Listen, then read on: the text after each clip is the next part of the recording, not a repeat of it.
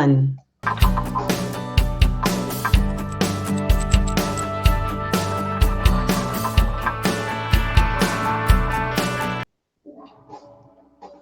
Good morning, everyone. So, money mindset. Is your money mindset affecting your business, your relationships, your personal growth? Thoughts create feelings. Feelings drives our action or inaction. Actions create results. Today at 10 and 10, we're going to discuss money mindset. Good morning, everyone. I'm Paula Madison Sierra of Power Marketing SF and the host of 10 at 10. And today I have on the show Miss Marcy Coker. And as I mess up her name, good morning, Marcy. How are you doing? I'm doing great, Paula. Thank you. And Marcy is Marcy Coker Coaching, life coach, mindset coach. Big topic today, guys. Morning, Marcy. So I'm going to jump right into our topic right now. Great. What led you to this path and studying this thing? Well, I think like most people's stories, when they find something they're passionate about, it really comes from their own struggles in life. And that's definitely the same for me. And, I don't want to go into all my struggles, but basically, I just have always felt like this is what I was meant to do. And so many years ago, when I was in college, I was going to college for psychology. I had always wanted to be a therapist. But while I was in college, I got married and had children and decided to stay home. And that really became my life for the next 12 years. And then I went through a really difficult divorce. And at that point, it was like, what do I want to do? And so I had thought about going back to school to finish a PhD in psychology to become the therapist. And I realized I just wasn't in love with it the way I used to be. And I wasn't really sure why. Like, it just didn't excite me the way it used to. And yet I still really wanted to do something where I was helping people. And then Googling and researching, that's when I discovered life coaching. I'd never knew, like, what's a life coach? And so when I found life coaching, I just instantly was like, this is it. This is what I was made for. It's very similar to a counselor or a therapist, except that it's very future focused. It's very solution based. It's it's a little bit more positive. We go a little more into the positive. However, we for sure look at the things that are holding us back. So that's what I did several years ago and have never looked back and love every minute of it. So, question, in our title today, we dropped in the word mindset. That's a big one, and I would love for you to share with our audience what exactly is mindset. I think people think they know what it is, but it's so much deeper than that. What is mindset, Marcy? So really, mindset is everything. I mean, every single thing that we do in our life, mindset is driving it. However, it tends to be very unconscious. And so as a mindset coach, what I'm doing is I'm kind of bringing your mindset into your consciousness, into your awareness, so you can see what it's creating. So our mindset, really what mindset is just the way that we think or we believe about something out in the world, right? But it's crucial because our mindset is always creating what we believe the most, right? A lot of us don't know what that is. It's a very unconscious thing. So scientifically, like, some people think mindset's kind of woo-woo, and some of it is, but it really is, there's a science behind it, and it's very simple, right? So something happens out in the world, there's a circumstance, and that circumstance creates thoughts. We have thoughts about it. Our thoughts create our feelings always, right? And then our feelings drive our action or our inaction. And then those actions create results. And the sum of the results in our life, right, create our life, basically. So thoughts create feelings, feelings drive our actions create results create our life. That's mindset. Well, let me add another question here. Where does this all come from? I mean, where do these thoughts come from in the first place? I mean, is it just, hey, I have an opinion about this, so I'm just gonna where do we get these things? Because one of the words that you said that really stuck out to me was the word unconscious. So it sounds like we have some things on repeat going in our heads, but where does this all come from? A lot of it comes from childhood. So I think it's about from the ages of 0 to 6. Our minds, our consciousness is really our beliefs about ourselves and our beliefs about the world are really fully developed. And so we're just kind of absorbing those thoughts, those beliefs from our parents, from our teachers, from the world that we're particularly in, our particular culture, our particular environment. So that's really where they come from. And then they grow and then we develop them. Wow. So if the person who taught us is completely wrong and is already on a bad path themselves, that sounds like a very dangerous thing to slowly build on in the world, is what I'm hearing. Yeah, it for sure can be. Like as our brains develop, we develop a more of a skill, to question things and to develop our own thoughts and beliefs. And we do in a lot of different areas, but a lot of our core beliefs about who we are and what the world is, particularly money, right, comes from that very early stages of childhood. Wow. Wow. So, all right. So, how does our belief about money get tied into all this? Mhm. So when we're little kids, right, we hear our parents fight about money, or we hear them say, there isn't enough and they're worried about it. Or, we might come from a very abundant family where they're like, hey, money is just easy and we always have enough and we go out and we know how to make more money and money isn't a problem. Right. But for me, I grew up in a family where there was a lot of scarcity and there was a lot of scarcity beliefs. My parents did fight about money all the time. And there was a sense of there's just never enough. And even when you have enough, you can't relax because you can lose it at any moment. Mm, Right. It's all going to go away. And mm, so, very unconsciously, I carried that into my adulthood. And by doing that, I just recreated that result over and over again. That's what I created in my life. Never enough. uh, does this affect other areas of your life then? I mean, because in the splash, we talked about how it affects relationships. How does your mindset about monies affect your business and your business and personal relationships as well? Yeah, so I think at the core of our money beliefs, there's kind of two sides. There's a mindset of sufficiency or abundance, and then there's a mindset of scarcity and fear. And so what happens is we can develop this scarcity mindset, which is what I did for years. And it's not only with my money, scarcity just means not enough, right? So I developed that belief about myself. I'm not enough. And when I believed that, it affected how I showed up in every part of my life, right? With relationships, right? I had lower standards for relationships and the way people treated me, the way I treated myself.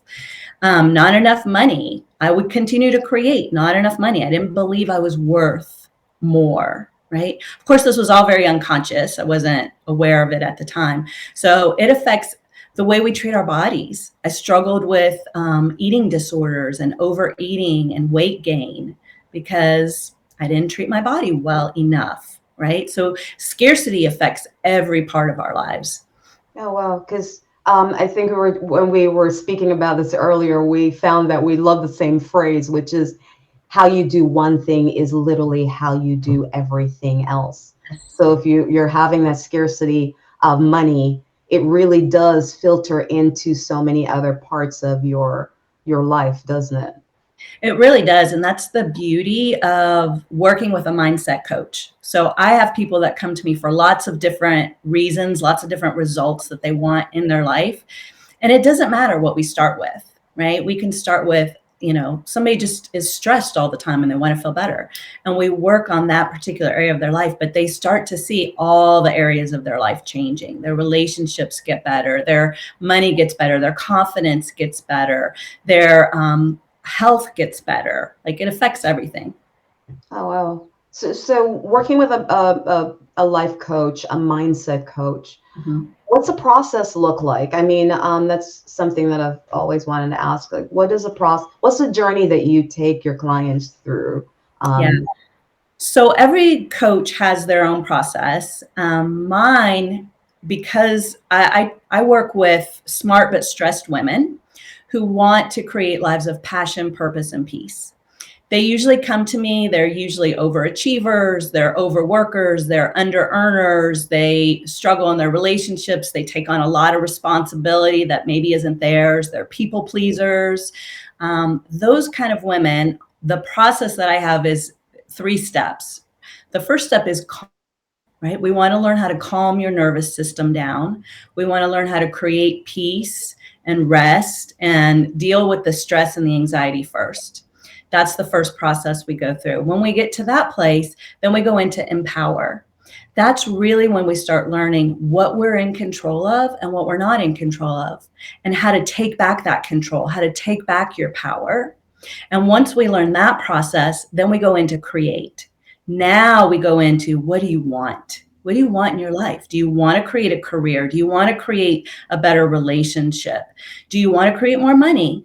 Do you want to create more peace? And then that's from that place, that's where we go into working together on those things. I love that. I absolutely love that. So, all right. So, what I'm hearing, and I'm just kind of summing up for myself here, that we unconsciously move through our lives on repeat from somebody else's rules Mm-hmm. who we may actually disagree with in our life, but literally just going down that road because it's an easier path. And most times we don't even understand that we have this messages or the self-talk going on in our heads. How do we move forward? Can you offer us some tips about what to do? If I want to make a change, the year starting, I want to do something different. How do I Yeah, get it? absolutely. So this is what in, so in regards to money, right? We want to take a look at what our relationship with money is like. And the current circumstance of your money right now is going to tell you what your mindset is. So, What do do you you have mean by that? Expand on that a little bit, because I okay? think that's a really good point. So I like to look at it like, what's your relationship with money like? If money were a person, what would your relationship with them be like?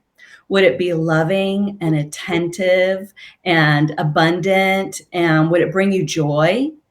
Or would it be fearful? Would it be neglectful? Would it be abusive? Would it be, critical? You're never enough. You're never there for me, Mm, right? How do you treat your money? Do you pay attention to it? Do you know exactly how much you have and exactly how much is coming in? Do you appreciate it? Do you love it? Do you believe that more is always coming? Do you feel safe spending it? Do you feel like money is security? Right? That's a big one for a lot of women, right? So they're like, when I have this much, then I'll feel secure, right? But that amount of money just keeps getting higher and higher and higher, right? We move the goalposts when we reach the goal. mm, So the way to understand what your money mindset is right now is to look at your current results. What have you created for yourself? How do you think about money? How do you feel about money? And what do you do with your money? Right? That's going to tell you what your current mindset is. Right? So that is the first step, becoming aware of mm, what's going on in your mind right now. Okay. The second step is, once you've become aware of it, you really just want to look at it very objectively. And I call this compassionate curiosity, right? Don't judge it. Don't judge yourself. Just be really curious, like, oh, that's so interesting, right? This is what I've created. And now I see why, because I see that I'm thinking about money this way. And now you just ask yourself, do I want to think about money that way? Do I want to feel about money this way? yeah. Are those thoughts serving me? Are they useful? Are they helping me to have the result that I really want? Right? And then you just start questioning, right? Because we're bringing up all those unconscious beliefs of childhood. Yeah. Now we get to question them and be like, oh, does that thought work for me? It probably did when you were a kid, Mm. right? But it might not be working for you now. So then that takes you to the third step. Once you discover, like, do I want this or not? And then you just ask yourself, what do I want to believe? Mm. What do I want in my life? Right? Yeah. And then you just get to decide on purpose. This is what I want. Right? And then you go through this whole process of just kind of gradually changing your beliefs. It's very different than positive thinking. So we're not going from, I don't have enough to, oh, I have an abundance, right? Because your brain won't believe that Mm. and it will fight against you. So you have to, we call this laddering our beliefs, right? I don't have enough might go to, it's possible that I do have enough. It's possible that I could have more. It's possible that I was made for more, right? And so now you just start gradually changing. You have to get your brain on board. This is part of the empowering um, phase where we're literally retraining our brain. We're literally retraining what to believe. We literally change those neural pathways Oh, in our wow. brain so that it becomes your new normal. I love that. Wow. Yes. And it's, I love that you use the word, what is it, laddering on, Mhm. just slowly building, right? Yeah. Because if you've had that belief for so long, yeah, you're not going to change it in a week. You No, know? Yeah. no. That's why people hire mindset coaches, right? Because if we just were able to go, oh, I'm going to believe this, right? If it was that easy, we'd all be doing that. But no, we need help. We need support, somebody to help us, even to show us what's possible, right? Because for Absolutely. years, I didn't know what was possible. That's why I didn't make any money. I didn't believe it was possible. And Mm. then I started just looking at it, and going, maybe it is possible very slowly. And the result that that has had for me is going from never making more than $25,000 a year until I was well into my 40s.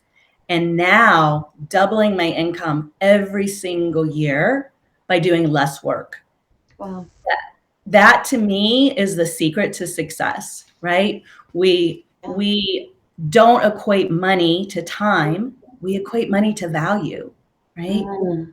So the more value we put out into the world, the better I serve my clients, the better I serve the world, the more that value comes back to me. And in this case, it's coming back to me in money, where I'm doubling my income every year and I'm serving my clients better, more focused, more creatively, with less time. I love that. Because really, at the end of the day, you can say, I want more money, but money is the root of all evil. Money is Yes, bad.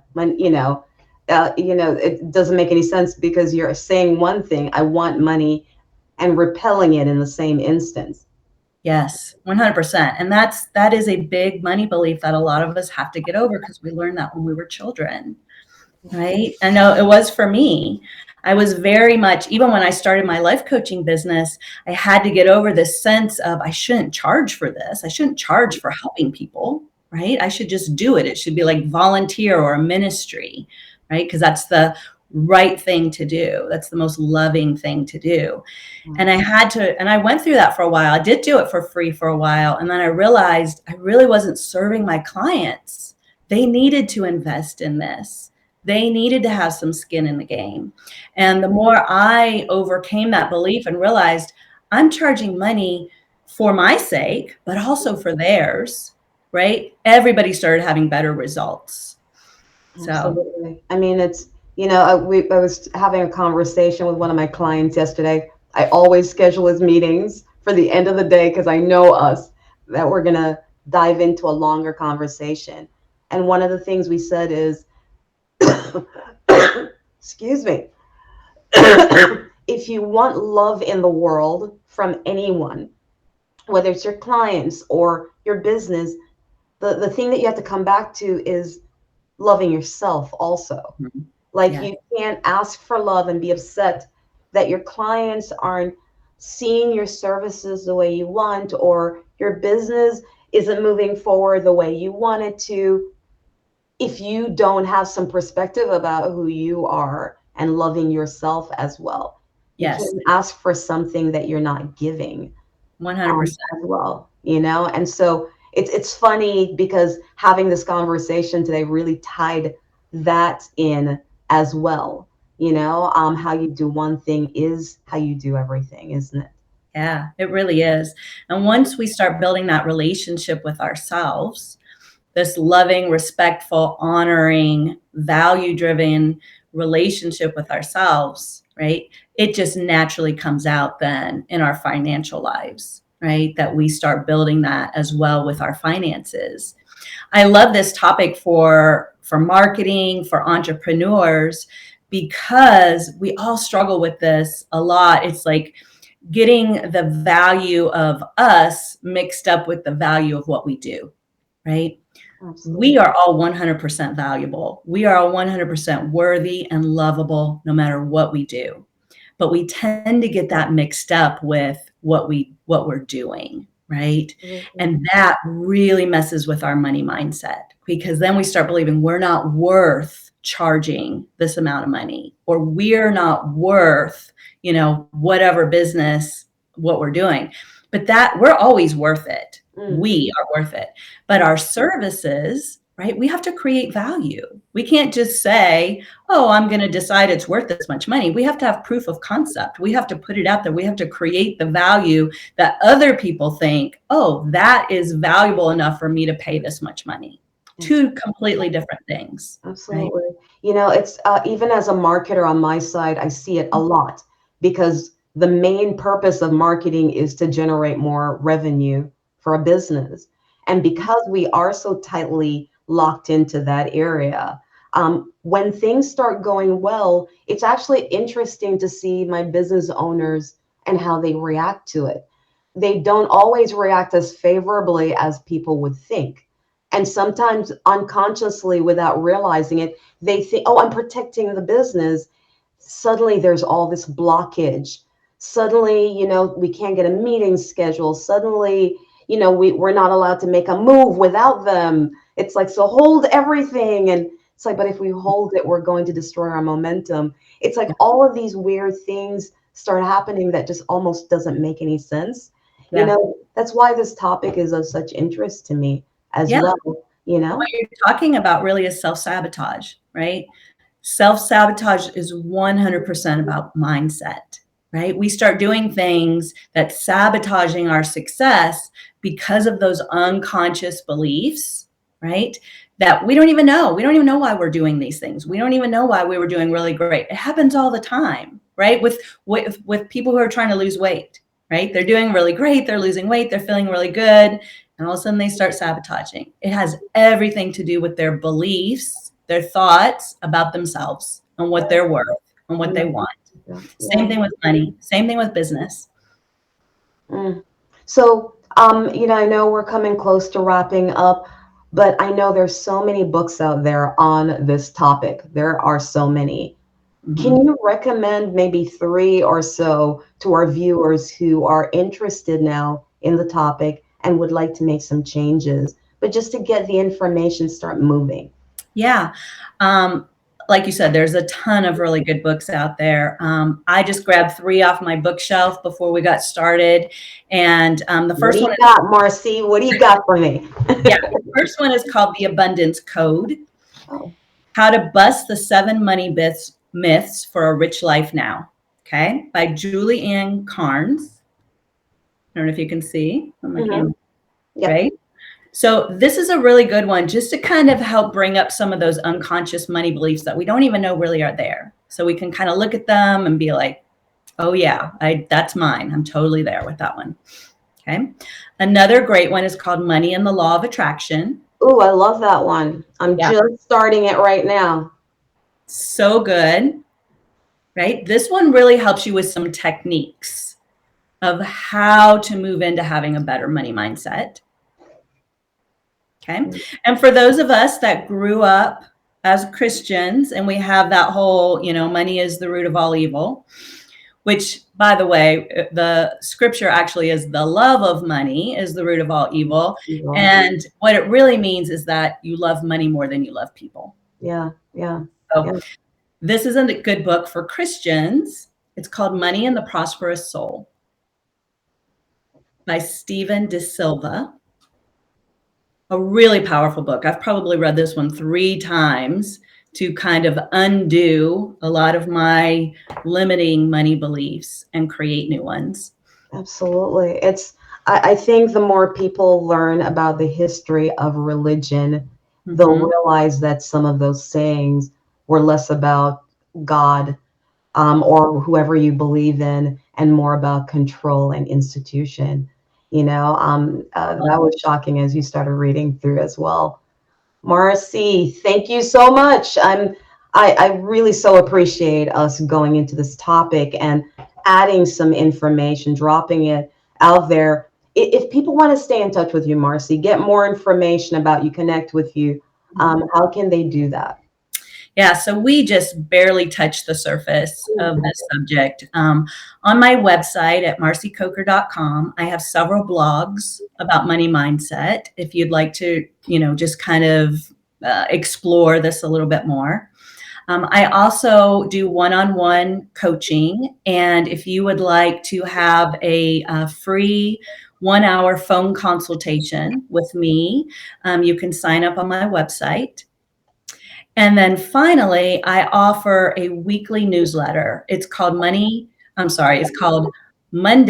Mindset with Marcy.